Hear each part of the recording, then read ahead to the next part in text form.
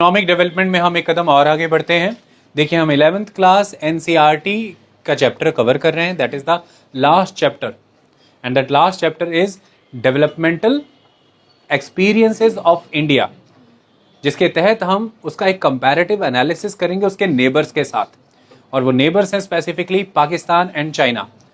हमने हमारे पिछले लेक्चर में आपको एक बहुत ही कॉम्प्रिहेंसिव नरेटिव दिया, एक डिस्क्रिप्शन दिया about the 300 years history of China in context of the polity and economy, ताकि आप 1958 में, that is the second 5-year plan of the China के दौरान माओ जेडंग के द्वारा लाए गए ग्रेट लीप फॉरवर्ड को समझ सके, और उसके बाद 1965 में उनकी अनाउंसमेंट और 1966 में उनके द्वारा लाया गया the great proletariat cultural revolution को समझ सके। ये समझने बहुत ज़रूरी है अगर आप 1978 के रिफॉर्म्स को समझना चाहते हैं, जिन रिफॉर्म्स के कारण ही आज चीन इकोनॉमिक ग्रोथ के उस शिखर पर है जहां पर वो पहुंचा है।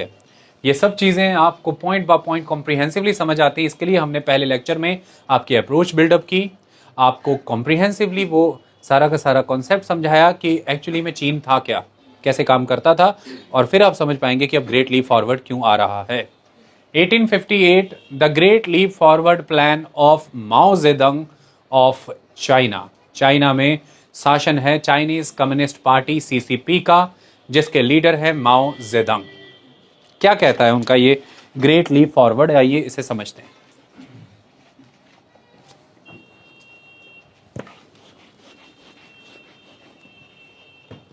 एक बड़ी छलांग, एक महान छलांग, एक बड़ा कदम उठाया गया है आगे की ओर। सिंगल पॉइंट इसका एक एजेंडा क्या था, अगर सिंपली कोई पूछे, that is the rapid and massive industrialisation of China.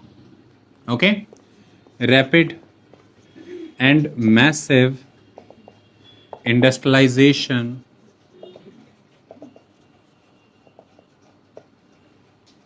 Of China.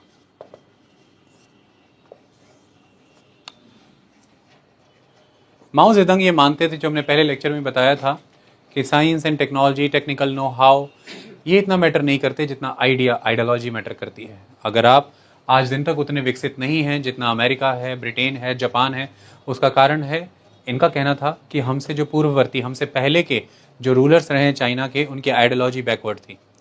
वो आपके पोटेंशियल को अंडरस्टैंड नहीं कर पाए, वो उस विकास के रास्ते पे आपको ले जाना ही नहीं चाहते थे, और मैं आपको लेकर के जाऊंगा। तो मुझे ये लगता है कि हम अमेरिका को, हम ब्रिटेन को, इन सब को बीट कर सकते हैं स्टील प्रोडक्शन में, जिसका मैंने पिछले लेक्चर में आपको क्वांटिटी बताई थी कि हम 100 मिलियन टन स्टील प्रोड्यूस करने का टारगेट रखेंगे।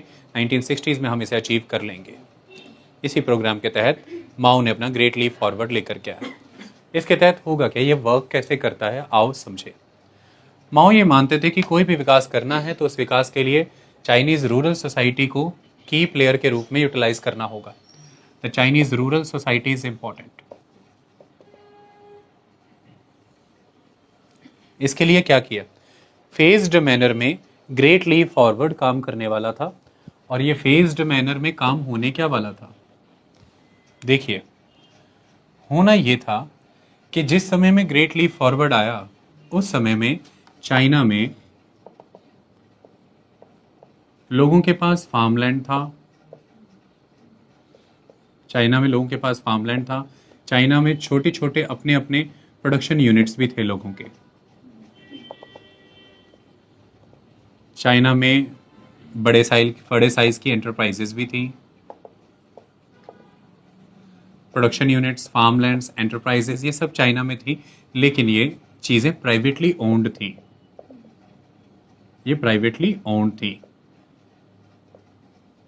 ये एक बड़ा बदलाव आएगा अभी ग्रेट लीप फॉरवर्ड के साथ। वो क्या होगा, माओ जेडंग ने ये डिसाइड किया कि हम हमारे रिसोर्सेज को अगर नेशनल डेवलपमेंट में लगाना चाहते हैं, तो हम हमारे ह्यूमन रिसोर्स को और हमारे सारे फिजिकल नेचुरल रिसोर्सेज को अगर कलेक्टिव मैनर में कलेक्ट करके एक दिशा में एक लक्ष्य को प्राप्त करने की और सब इकट्ठे बढ़ेंगे, तो हमारी ऊर्जा, हमारे एफर्ट्स बहुत गुना अधिक हो जाएंगे और हम बहुत कम समय में बहुत बड़े नतीजे पाएंगे, ऐसा माओ कहते थे।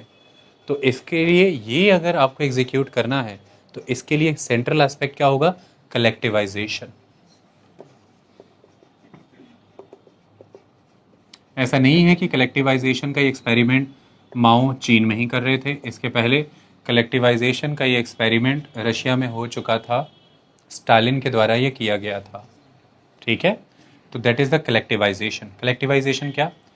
देश में जो फार्म्स हैं, जो एग्रीकल्चर लैंड है, उसे कलेक्ट किया जाएगा, उसे कलेक्ट किया जाएगा, कलेक्टिवाइज किया जाएगा। ओके, ये बहुत ही निचले स्तर से शुरू होगा। पहले 10 परिवार आपस में जुड़े, 10 परिवार आपस में जुड़े और अपने टूल्स, अपने ड्रॉट एनिमल्स, अपने लैंड और अपनी लेबर, फिजिकल लेबर, ये सारी चीज़ें पूल इन करें, ये सारी चीज़ें पूल इन करें, कलेक्ट करें और कलेक्टिवली अपने टूल्स, कलेक्टिवली अपने ड्रॉट एनिमल्स, कलेक्टिवली ड्रॉट या ड्राफ्ट एनिमल्स भी कह सकते हो, कलेक्टिवली अपने ह्यूमन लेबर, कलेक्टिवली अपने रिसोर्सेज जैसे कि सीड्स हैं या अदर थिंग्स, और कलेक्टिवली अपने लैंड के दम पर कलेक्टिव आउटपुट अटेन करें।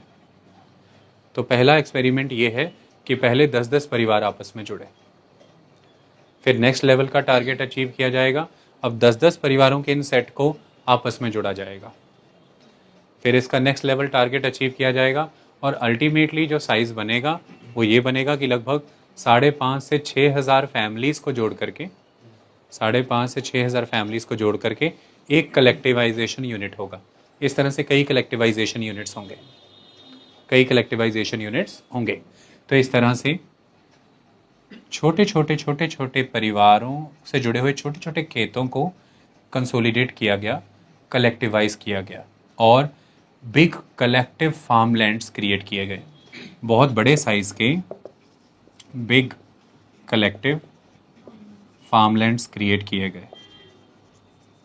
ये कलेक्टिवाइजेशन की मदद से ही हुआ। माओ कहते थे कि ऐसा मैं क्यों कर रहा हूँ, उसका कारण है। वो क्या? वो ये कहते थे कि जब हमने एक बड़े स्तर के फार्मलैंड्स क्रिएट किए हैं तो अब हम इन फार्मलैंड्स पे प्रोग्रेसिव फार्मिंग कर सकते हैं। अब हम प्रोग्रेसिव फार्मिंग कर सकते हैं अगर इंडिविजुअल फार्मर्स रहेंगे। सबसे पहली चीज़, अगर फार्मर्स इंडिविजुअल रहेंगे, उनके पास छोटे छोटे पार्सल ऑफ लैंड्स होंगे, तो वो प्रोग्रेसिव फार्मिंग से जुड़े हुए मॉडर्न फार्मिंग मेथड्स नहीं अपना पाएंगे। उनके खेतों में कॉस्ट इफेक्टिव मैनर में एग्रीकल्चरल मशीनरी वर्क नहीं कर पाएंगी।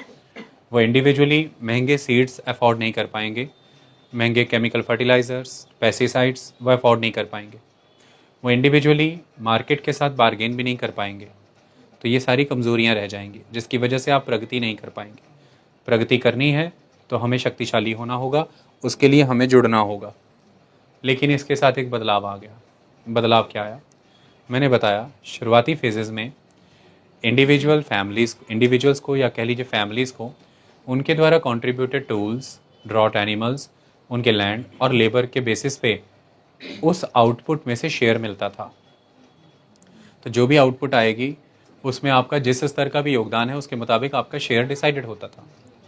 लेकिन with the passage of time, जब ये फाइनल फेजेस में पहुंचा है, प्रॉपरली कल्मिनेट हो गया है, जैसा कलेक्टिवाइजेशन माओ चाहते थे वैसा हो गया है, तो रिजल्ट क्या आया कि आपके द्वारा contributed tools, drought animals, land के लिए आपको कोई कंट्रीब्यूशन अब वापस नहीं मिलेगा। आउटपुट में से आपको कोई हिस्सा नहीं मिलेगा। आपके द्वारा कंट्रीब्यूटेड लेबर के लिए आपको उसका शेयर मिल जाएगा। तो जो भी आउटपुट अचीव की जाएगी उसमें से आपकी लेबर के लिए जो आपका शेयर बनता है वो आपको दे दिया जाएगा। नतीजा ये निकला कि सीधे सीधे इंडिविजुअल्स मालिक नहीं रहे, ज़मीन के मालिक स्टेट हो चुका है। लैंड कम्युनिटी का भी ना रह करके स्टेट का हो गया है, कोऑपरेटिव्स का हो चुका है। ओके, इस तरह से देश भर में बड़ी बड़ी कोऑपरेटिव्स बनाई। ज़मीनें उन कोऑपरेटिव्स की हो चुकी हैं। उन कोऑपरेटिव्स को ऑर्गेनाइज करने का, मैनेज करने का, सुपरवाइज़ करने का काम सरकार और सरकारी कानून के तहत जो मशीनरी है वो करेगी। इस तरह से ज़मीनों में किसानों का मालिकाना हक कब बतौर लेबरर ट्रांसफ़र हो गया है ये पता ही नहीं चला।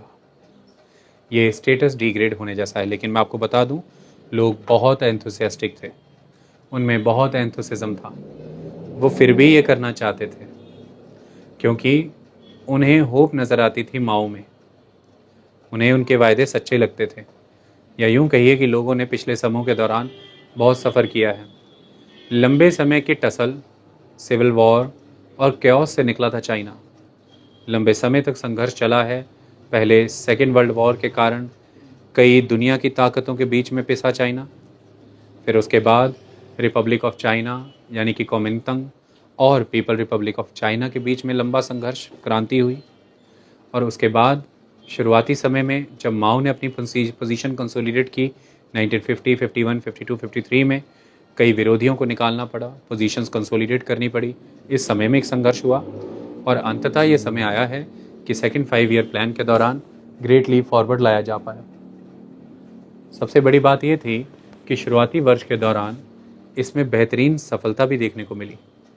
इसका कारण था, ऐसा नहीं था कि सफलता का कारण बहुत बेहतरीन फार्मिंग प्रैक्टिसेस हों।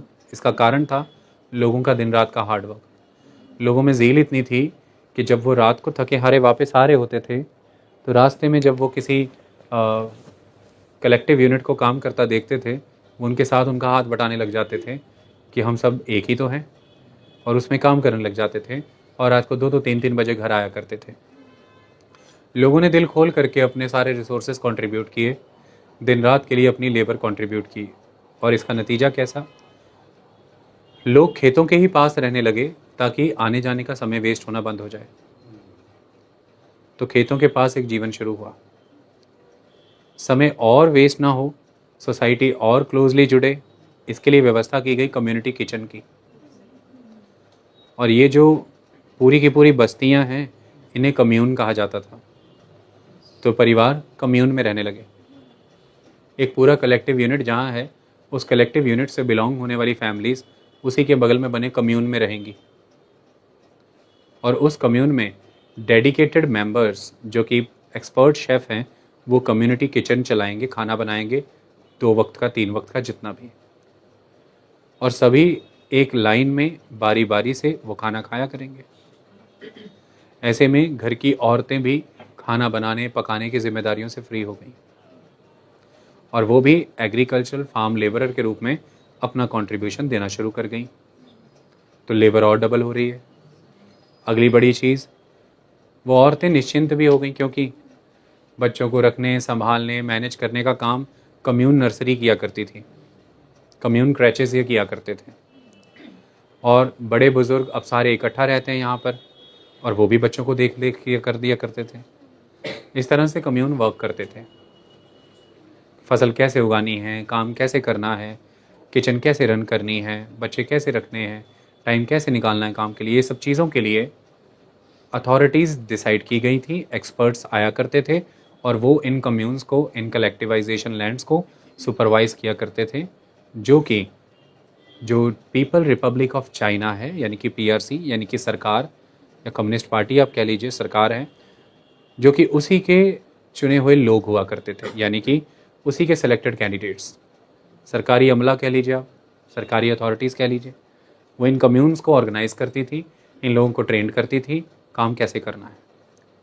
सरकार ने साइमल्टेनियसली बड़े पैमाने पर ट्रैक्टर्स, थ्रेशर्स, हार्वेस्टर्स, कंबाइंस, ये सारी चीज़ें बनाई ताकि बड़े स्तर पर खेती हो सके। ओके, तो इस तरह का एक कलेक्टिवाइजेशन का कॉन्सेप्ट और एक कम्यून लाइफ डेवलप हुई। अब बात आती है कि एग्रीकल्चरल प्रोड्यूस अगर सफिशेंट हो, सारे एग्रीकल्चरल एक्टिविटीज़ में काम कर रहे हैं, प्रोडक्शन अगर बम्पर हो रही है, तो अब हम इन लोगों से कुछ और भी एक्सपेक्ट कर सकते हैं। और वो क्या? अब सही मायने में टेक्नोलॉजी का विकास तो किया नहीं जा रहा, टेक्निकल नो हाउ का विकास भी नहीं किया जा रहा, कोई नई माइनिंग एरियाज तो एक्सप्लोर किए नहीं जा रहे, वहाँ तो खर्चा हो ही नहीं रहा। तो फिर 100 मिलियन टन स्टील का सपना कैसे पूरा हो? और कौन सा एक्सपर्ट कैडर है जो ये करेगा? तो माओ ने नेक्स्ट स्टेप ये अपनाया कि अब इन कम्यून्स में रह रहे लोगों से ये रिक्वेस्ट की कि आप अपने बैकयार्ड में फर्नेसेस लगाएं, आप अपने बैकयार्ड में भट्टियाँ लगाएं। माओ ने बहुत बड़े बड़े भाषण दिए और ये कहा कि हर घर चीन का प्रोडक्शन करेगा स्टील का, हर घर चीन का प्रोडक्शन करने में सक्षम है। आप ऐसी नस्लें हैं जो हज़ारों सालों से बेहतरीन सभ्यता के रूप में गुजारा बसर करती आई हैं, आप ये कर सकते हैं। तो ऐसे में लोगों ने अपने घरों के अगल बगल, अपने घरों के पिछले आंगन में भट्टियाँ लगा दी। बड़े पैमाने पर उन भट्टियों के फ्यूल के लिए जंगल काटे गए। जब जंगलों में लकड़ी ख़त्म हो रही है तो फिर अपने घरों के दरवाजे, खिड़कियाँ, फर्नीचर सब उन भट्टियों में डाला गया। ये क्रेज़ है, ये क्रेज़ है माओ के लिए लोगों का, वो भी डाला गया। ये क्रेज़ डर में बदल जाएगा एक समय में। लोग करेंगे यही, पर डर में करेंगे फिर। अब लोग खेतों में दिन रात काम कर रहे हैं और भट्टियाँ चला रहे हैं। और भट्टियों में क्या डाल रहे हैं? मैंने क्या बताया? कोई नया कहीं से कुछ इल्मेनाइट तो मिल नहीं रहा, कुछ निकल, कॉपर, क्रोमियम, कुछ एल्युमिनियम, कुछ कार्बन तो आ नहीं रहा। तो क्या करेंगे? तो जो भी टूल्स हैं, इक्विपमेंट्स हैं, घरों में बर्तन है, whatever utensils you have, भट्टी में डालो, गलाओ।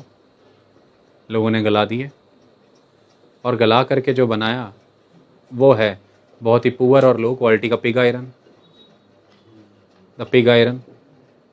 और हम उम्मीदें लगा रहे हैं स्टील की। तो लोगों ने क्वांटिटी वाला कॉन्सेप्ट तो पूरा कर दिया, बना दिया जैसे तैसे, लेकिन क्वालिटी कॉन्सेप्ट तो पूरा कभी कर ही नहीं पाए। ऐसे में ये पिग आयरन दुनिया भर में कहाँ बिकेगा, जब दुनिया के पास दुनिया का सबसे बेस्ट स्टील और लोहा है स्वीडन का। कंपनी एक से एक वॉल्वो, चीज़ें ऐसी बना रहे हैं कि मतलब दुनिया हिल जा रही है। एक से एक खतरनाक लोहा जर्मनी का स्टील, जापान ज़बरदस्त खतरनाक स्टील बना रहा है, अमेरिका, भारत से कच्चा लोहा इंपोर्ट कराता था जापान, और ऐसी स्टील बनाता दुनिया देखती रह जाती थी, कहती ये क्या है। और उसी के बगल में चीन है, क्या बना रहा है? बर्तन वर्तन गला के पिग आयरन। तो अब एक्सपोर्ट तो होने से रहा। तो जो रेलवे यार्ड हुआ करते थे उन्हीं में भर दिया जाता था, स्टॉक हो रहा था। और फीलिंग ये दी जा रही कि हो रहा है, सब हो रहा है, हो जाएगा। ये सिस्टम चलता रहा। बहुत से स्कॉलर्स ये जान रहे थे कि ये काम नहीं चल सकता, इट्स नॉट गुड। घरों को भट्टियों बदल दिया गया, दरवाजे खिड़कियां भट्टियों में झोंक दिए गए हैं। बर्तन, वेपन्स, टूल्स, शॉवल्स, प्लॉशर्स, चीज़ें इंपॉर्टेंट डाल दी गई हैं भट्टियों के अंदर। खेती के लिए टूल्स नहीं मिल रहे हैं, इक्विपमेंट्स नहीं मिल रहे, इम्प्लीमेंट्स नहीं मिल रहे। घरों में लोगों त्राही त्राही मची हुई है। और ऐसे में सबसे जघन्य अपराध कब होगा वो बताते हैं। बहुत ही अनरियलिस्टिक कोटाज या टारगेट्स तय किए गए थे किसानों पे। कोई साइंटिफिक असेसमेंट नहीं किया गया था। और जो सुपरवाइजरी गार्ड्स थे उनकी ड्यूटी लगाई गई थी कि टारगेट पूरा होना, कोटा पूरा होना तुम्हारी जिम्मेदारी है, ये तुम्हारी जिम्मेदारी है। ना पूरा हुआ तो फिर तो तुमको हम देख ही लेंगे। उन्होंने कहा हुजूर कैसे नहीं पूरा होगा, माओ हैं आप, माओ की कृपा जिस राज्य पर हो, माओ का आशीर्वाद जहाँ पर हो, माओ ने जो सोच लिया वो अनरियलिस्टिक कैसे हो सकता है, इससे 1.5 गुना करा देंगे। तो ठीक है, खेतों में किसान खेती कर रहा है, जितना कोटा तय किया उतनी पैदावार हो नहीं रही है असल में। लेकिन क्या करें, माओ को खुश करना है। माओ को नाराज़ करना मतलब आप जानते हैं, माओ को नाराज़ करना मतलब आप जानते हैं। तो गलत असेसमेंट्स कर करके डॉक्यूमेंट्स भेजे गए, पैदावार जो है गलत बताई गई, असेसमेंट्स गलत की गई, भेजे गए डर के मारे कि कहीं मार ना दिया जाए, एलिमिनेट ना कर दिया जाए। और सरकार ने देखा कि वाह वाह वाह, इतना ज़बरदस्त असेसमेंट, मतलब रेवेन्यू डिमांड और बढ़ा सकते हैं, टैक्स और बढ़ा सकते हैं। उन्होंने रेवेन्यू डिमांड और बढ़ा दिया। इस बढ़ी हुई रेवेन्यू डिमांड के कारण तो ऐसा भी हुआ कि किसानों ने कलेक्टिव लैंड्स में जो उगाया पूरा का पूरा ही देना पड़ गया, क्योंकि फर्जी असेसमेंट्स है ना, उसके बेसिस पे फर्जी रेवेन्यू डिमांड क्रिएट की हुई है ना, उतनी असल में ज़मीन के स्तर पर पैदावार तो हो नहीं रही है। पर माओ के टारगेट हैं, जुटलाएं कैसे, देना पड़ेगा। किसानों ने पूरी पूरी फसल जो उगाई दे दी, क्या खाएं अब, क्या पिए, किधर जाएं। ऐसे में थोड़ा भी अगर सूखा पड़ता है तो हालात क्या होंगे उस समाज के। तो 1959 ऑनवर्ड 1960 के आसपास सूखे ने थोड़ी सी दस्तक दी। असेसमेंट्स पहले से नकली चल रही हैं, रेवेन्यू रेट बहुत हायर है, ज़ील कम होने लगी है, भट्टियाँ चला चला के थक चुके हैं, भट्टियों का लोहा कहीं लग नहीं रहा, आमदनी बढ़ नहीं रही। कम्यून किचन शुरू में बड़ा मजा देती थी, अब ऊब से गए हैं, थक से गए हैं। गांव जाने का, घर जाने का मन करता है। ऐसे में हल्का सा सूखा, पैदावार गिर गई, लेकिन माओ को किया वायदा है पैदावार गिरी हुई कैसे दिखा दें। असेसमेंट तो अच्छा ही दिखाना पड़ेगा, जैसे तैसे पूरी करो। जैसे तैसे लोगों ने पूरी की, खाने को एक दाना ना बचा। लोगों ने घास खाई, पेड़ खाए, पेड़ों की बार्क खाई, छाल खाई, पत्तियां खाई, मर भी रहे थे, पेट खराब हो रहा था पता था, फिर भी खाई। अब जब कुछ नहीं मिल रहा खानों को तो चमड़ा उबाल उबाल के दोबारा फ्लैश में कन्वर्ट करके खाया। चमड़ा उबाला, चमड़े के जूते, चमड़ों का बैग, चमड़ों के पैकेट फिर उबाल उबाल के खाए। मिट्टियाँ खाई कि मिट्टी में कुछ तो न्यूट्रिशन है, बर्बाद हो रहे हैं, मर रहे हैं। और अब जब इससे भी नहीं बात बन रही है तो नरभक्षी बन गए, इंसान खाए। और जब अब इंसान खा रहे हैं तो इसमें ज़्यादा आसान है छोटे बच्चे को खाना।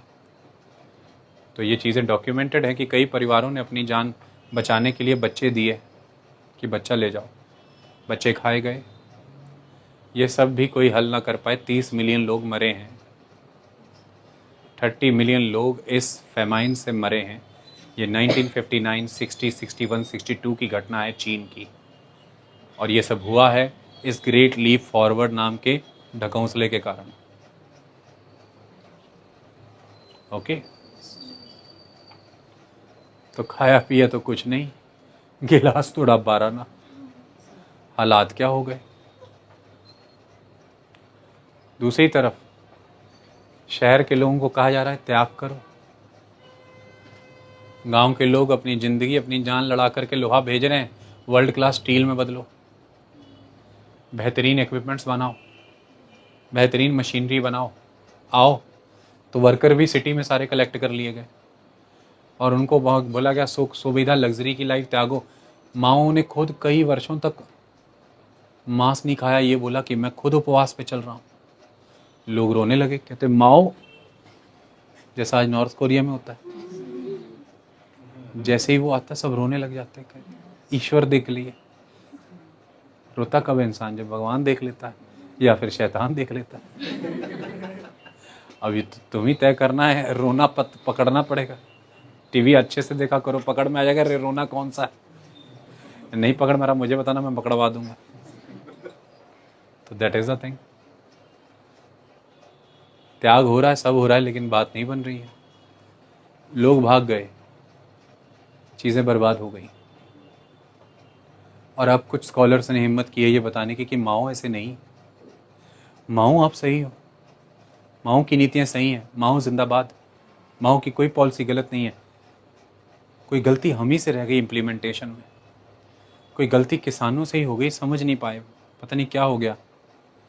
माओ रिकंसिडर करते हैं, अच्छे से समझाते हैं फिर से, आप नहीं गलत हो, आपकी कोई पॉलिसी गलत नहीं, आप कभी गलत नहीं कर सकते हो, गलती हमारी रह गई है, हमसे कुछ गलती हो गई है। पर देश के हालात ये हैं कि रुल गए हैं, रुल गए हैं माओ। अभी भी ना समझे तो बर्बादी मुहाने पे खड़ी है। जनता इंसान खा रही है, अगला इंसान माओ होगा या मैं, कोई पता नहीं। तो माओ ने कहा ओके देखते हैं। समा 1964 का चल रहा है। माओ ने कहा कि मैं कल शाम को चाय पी रहा था तो मुझे कुछ सुनने को मिला कि पार्टी में मेरे खिलाफ लहर खड़ी हो रही है, पार्टी में मेरे खिलाफ विरोध हो रहे हैं, माओ के खिलाफ विरोध हो रहे हैं, जिसका कण कण, जिसकी जान लहू सब देश का है। वो माओ जो गांव गांव गली गली पगडंडी घूमा था पीपल रिपब्लिक ऑफ चाइना बनाने के लिए, पार्टी को उससे बेहतर कोई चला सकता है। ये यकीनन ही राइटिस्ट हैं, ये यकीनन ही बर्जुआज हैं, ये लेफ़्ट ओवर राइटिस्ट और लेफ़्ट ओवर बर्जुआज हैं जो बचे रह गए हैं। बाकी तो मैंने साफ करा दिए थे 1949 में ही। लगता है मुझे फिर से सांस्कृतिक क्रांति करनी होगी। तो अब इनके सफाया के लिए 1965 में माओ ने एक अनाउंसमेंट की कि मैं देशवासियों से एक आह्वान करना चाहता हूँ, खासतौर मेरे युवाओं से। देश युवाओं से जाना जाता है, देश तुम्हें मिलेगा, तुम्हारी धरोहर है ये। अभी भी 5% राइटिस्ट बचे हैं, अभी भी बर्जुआज बचे हैं, अभी भी विदेशी शक्तियाँ बची हैं। मैं तुम्हारी ड्यूटी लगाता हूँ, ढूंढो कि वो कौन है, ढूंढो और ख़त्म कर दो। 1966 का समय है। यूनिवर्सिटी, कॉलेज, स्कूल के छात्रों ने खुद को द रेड आर्मी में बदल दिया, नाम है द रेड गार्ड्स। और उन्होंने कहा माओ चिंता नहीं, एक एक को लाल से पोत देंगे, सब लाल कर देंगे, सब लालो लाल होगा। बिना लाल जो देखा खत्म, कोई नहीं बचेगा, सिर्फ माओ, कोई राइटिस्ट नहीं, कोई बर्जुआ नहीं, सिर्फ चीन। Long live the communist party, the communist ideas. और ढूंढ ढूंढ के इंटेलेक्चुअल मारे, द ग्रेट परजेस। ढूंढ ढूंढ के एक्टिविस्ट, ढूंढ ढूंढ के पत्रकार, स्कॉलर्स, लिबरल पॉलिटिशियंस, सबका सूपड़ा साफ, जबरदस्त कैओस। पुलिस प्रशासन को माओ ने रोक दिया कि रोको, ये देश की युवा पीढ़ी जा रही है, ये भारत विश्व का चीन जा रहा है, विश्व भविष्य का, इसे रोकना मत। लाल बांध लिया माथे पे उसने, चलने दो, ये वैगन जिधर को चलेगा पवित्र कर देगा सब। चलते गए, वो सेट होते गए। माओ कहता था ये इंटेलेक्चुअल्स किसी देश को तरक्की नहीं करने देते, ये कंजर्वेटिव्स कान भरते हैं लोगों के, नुक्ता चीनियां निकालते हैं हर बात में, पूछते हैं स्टील ऐसा नहीं बना, वैसा नहीं बना। बना तो तुमने बनाया, कुछ हुआ तो लोग रह तो रहे। पूछते हैं इतना फेमिन आया, उतना है, एक आदमी मुझे मरा नहीं दिख रहा। अगर लोग मरे हैं तो ये कौन है, ये स्टूडेंट, ये रेड गार्ड। मैंने सिर्फ एक आह्वान किया और वो सड़कों पे हैं। लोगों के अंदर की क्रांति को जगाना जानते नहीं हो और कहते हो चीन को महानतम बनाओगे। मैं लोगों की आत्मा का स्पंदन करना जानता हूं, मुझे रिप्लेस करोगे। सफाया, सबका सफाया।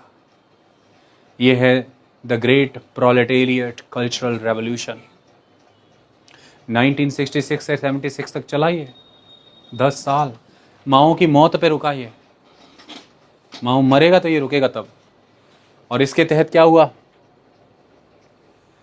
देश के शहरों में बस रहे इंटेलेक्चुअल और स्टूडेंट्स को उठा करके भेजा गांव की, जाओ गांव, जाओ अकल सीखो जाके उनसे, जाओ उनसे देखो कि चुप कैसे बैठते हैं देश निर्माण करने के लिए, जाओ उनसे देखो अपने गाय बैल परिवार औरत बच्चे जमीन सेहत सब योगदान दे दिया उन्होंने विकास के लिए। जाओ प्रोलेटेरिएट से सीखो, द एग्रीकल्चरल लेबरर और द इंडस्ट्रियल वर्कर।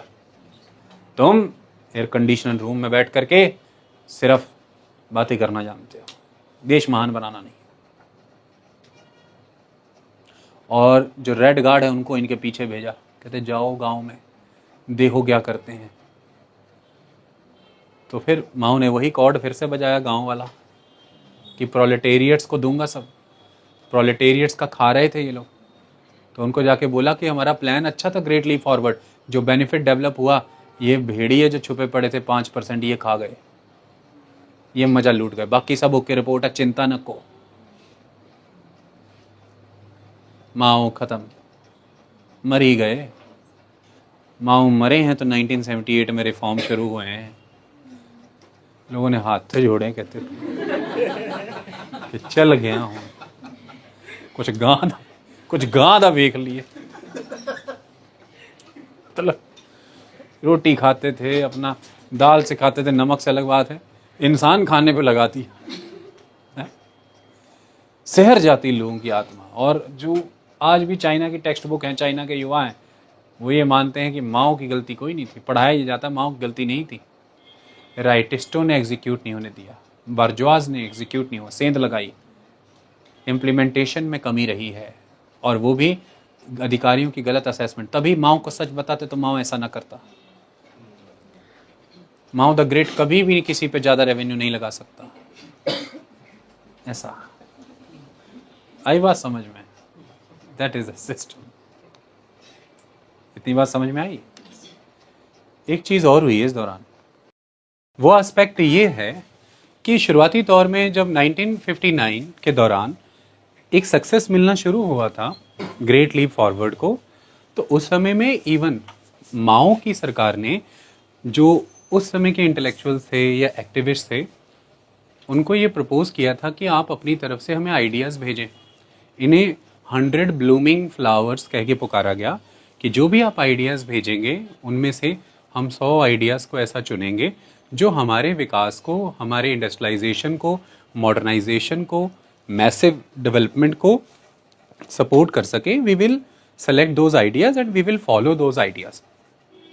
तो आप हमें भेजिए प्रस्ताव, आप बताइए कि हमारा मॉडल ठीक है कि नहीं, हमने जो तरीका अपनाया है वो सही है कि नहीं।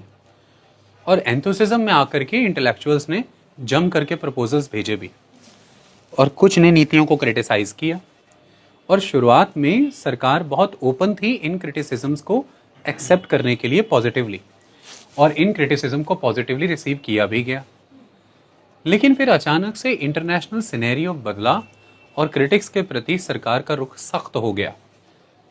तो ऐसे में हम क्या देख पा रहे हैं, जब हमने क्विंग डायनेस्टी के समय में ओपियम वॉर तक पहुंचने वाली सिचुएशंस को समझा था, तो हमने ये समझा था कि बड़े पैमाने पर लोग ओपियम कंज्यूम करने लगे।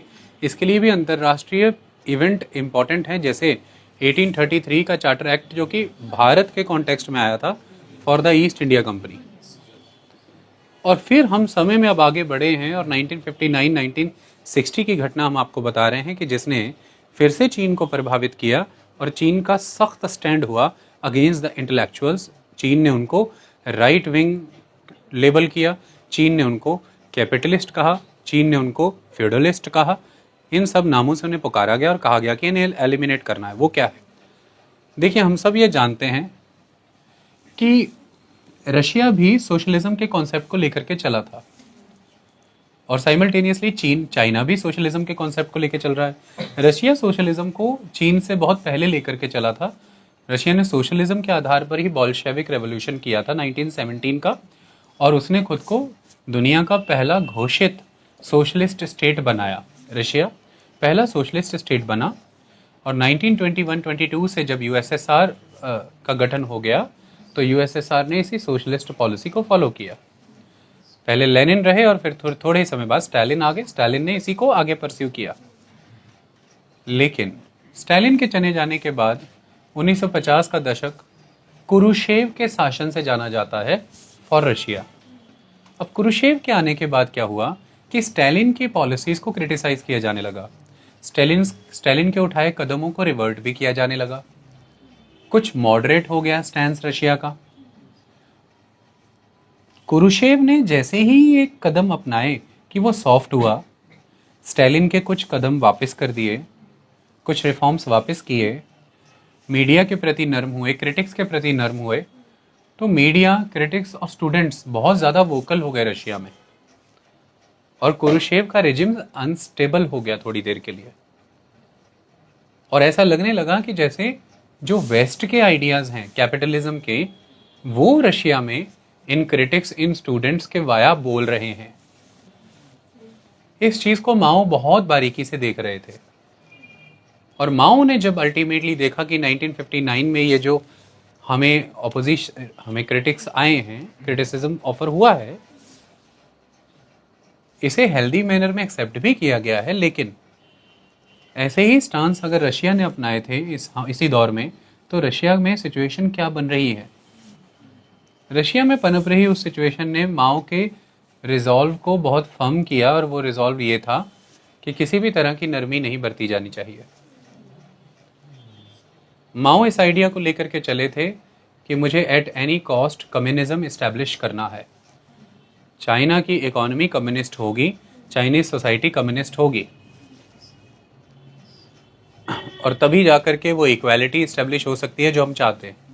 तभी कंसंट्रेशन ऑफ वेल्थ खत्म हो सकता है, तभी चीन मॉडर्नाइज हो सकता है, इंडस्ट्रियलाइज हो सकता है, और सबसे बड़ी बात, चीन की डिस्टिंक्ट आइडेंटिटी बची रहेगी। वो वेस्टर्न कंट्रीज़ के इन्फ्लुएंस से बाहर रहेगा। और सोल्यूशन यही है कि हमें इसे कम्युनिस्ट करना है, कम्युनिस्ट बनाना है। तो आप देख भी सकते हैं कि ग्रेट लीप फॉरवर्ड के तहत जो कम्यून सिस्टम है, जो कलेक्टिवाइजेशन का प्रोविज़न है, जो लोगों को उनके जो लेबर दी जा रही है उस लेबर के कॉन्टेक्स्ट में उनको उस कमाई का शेयर दे दिया जाएगा, और एक समय के बाद इररिस्पेक्ट टू योर लेबर भी फिर काउंट नहीं होगी। What ever state feel good, कि जो स्टेट को नेसेसरी लगता है स्टेट वो आपको देगा सबको, स्टेट विल डिसाइड। ये एक प्योर कम्युनिस्ट स्टेट की ठेठ निशानी होती है, और कम्युनिस्ट स्टेट होने के सारे कॉन्सेप्ट अपनाए भी जाएंगे। धीरे धीरे करेंसी एलिमिनेट होने लग जाएगी, धीरे धीरे करेंसी एलिमिनेट होने लग जाएगी, क्योंकि उसकी कोई वैल्यू वैसी रह ही नहीं जाएगी। सोसाइटी एक तरह से बराबर स्तर पर लाने का प्रयास होगा। ये होगा कि सोसाइटी कास्टलेस तो रहेगी नहीं, क्लासलेस भी नहीं रहेगी, बिल्कुल एक समान समाज बना दिया जाएगा। और वो चीज़ें हो रही थी स्टेप बाय स्टेप। तो ये ड्रीम अचीव करने के लिए फिर बहुत सख्त स्टैंड अपनाया माओ ने, और फिर जिन्होंने क्रिटिसिज्म भेजा था और आगे भी जो भेज रहे थे मोटिवेट होकर कि पिछला क्रिटिसिज्म बहुत हेल्दी मैनर में लिया गया, उनके भेजे इसी क्रिटिसिज्म के कारण उनको फिर चिन्हित कर लिया गया, और जब उन्हें चिन्हित कर लिया गया तो चुन चुन करके उनका खात्मा किया गया। जब चुन चुन करके उनका खात्मा किया गया तो इसका नतीजा ये निकला कि जो अगली ग्रुप ऑफ इंटेलेक्चुअल्स हैं उन्होंने देखते हुए, जानते समझते हुए भी इस ग्रेट लीप फॉरवर्ड के जितने भी नेगेटिव इम्पैक्ट आ रहे हैं इकोनॉमी और सोसाइटी पे, उसका कोई असेसमेंट, उसका कोई अप्रेजल ऑफर किया ही नहीं सरकार को, क्योंकि उनको यह भय पैदा हो गया कि हमें भी एलिमिनेट कर दिया जाएगा। इसने भी चीन को नुकसान पहुंचाया, चीन की अर्थव्यवस्था को नुकसान पहुंचाया, और उसका नतीजा क्या था वो मैंने आपको बता ही दिया। फैमिन आपके सामने थे। हमने इस बात पर भी अभी चर्चा की कि the great proletariat cultural revolution लाया गया माओ के द्वारा। तर्क ये दिया गया कि आज भी चाइनीज सोसाइटी के अंदर वो कंजर्वेटिव ग्रुप्स बैठे हैं जो हमेशा से पार्ट थे एरिस्टोक्रेसी का, फ्यूडलिस्टिक सोसाइटी का, सामंतवादी समाज का, जो प्रिविलेज्ड पोजीशंस पर हैं, पावर और स्ट्रक्चर को डोमिनेट कर रहे हैं और अपने से कमज़ोर को एक्सप्लॉइट कर रहे हैं।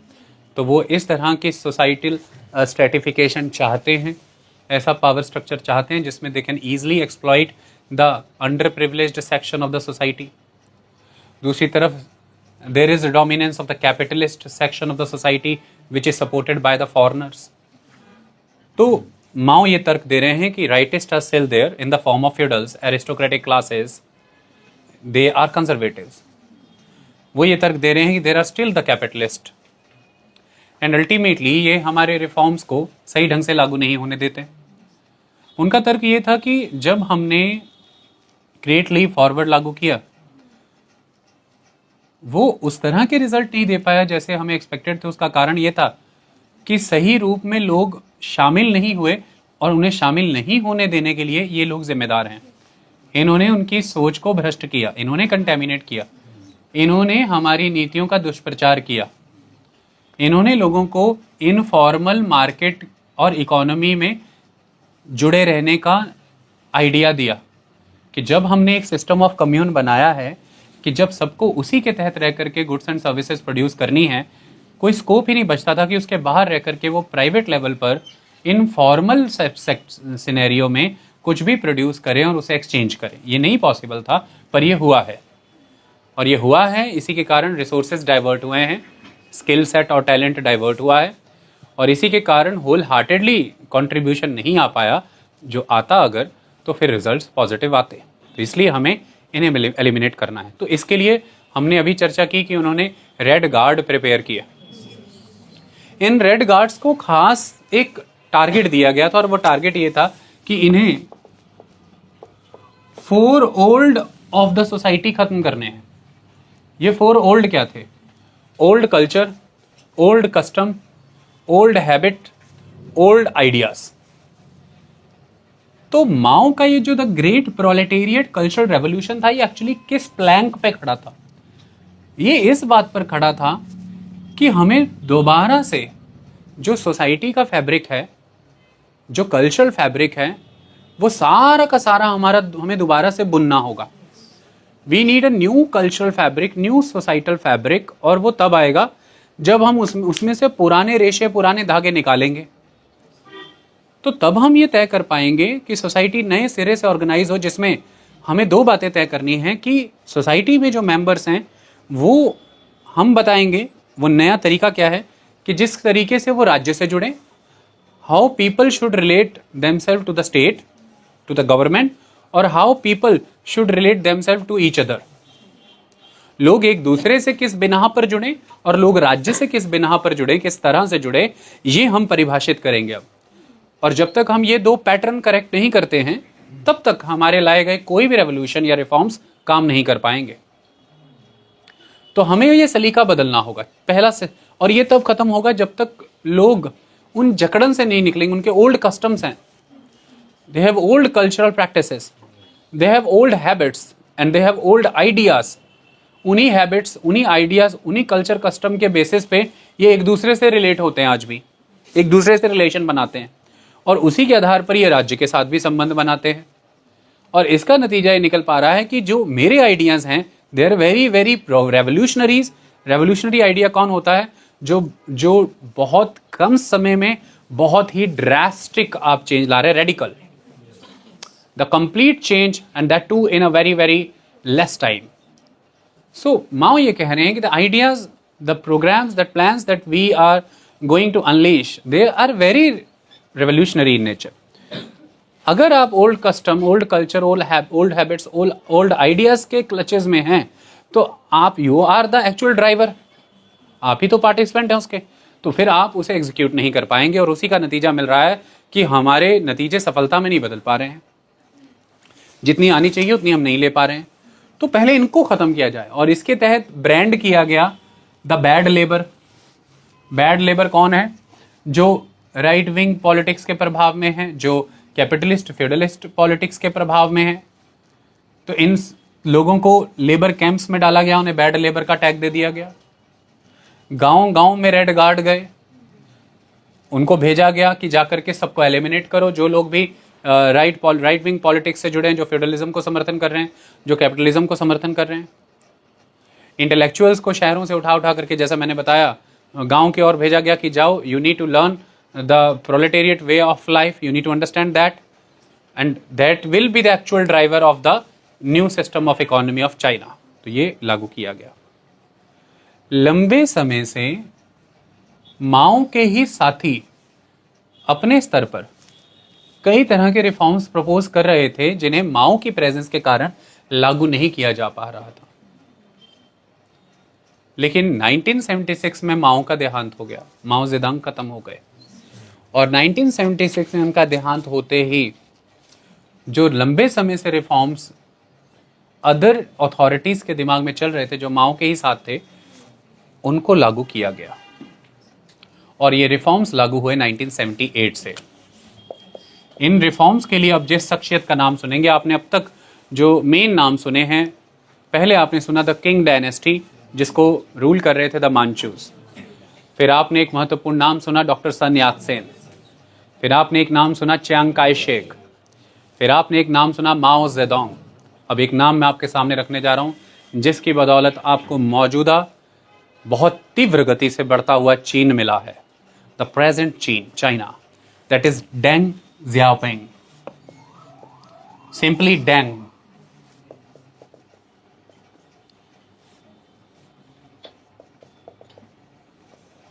डेंग ज़ियाओपिंग। मैं कुछ तस्वीरें भी आपके साथ साझा करना चाहता हूं। बहुत बेहतरीन तस्वीरें हैं, मिली हैं हमें। यहाँ पर वो अमेरिकी प्रेसिडेंट फोर्ड के साथ बैठे हैं और फर्स्ट लेडी भी हैं साथ में, आप देखिए उन्हें।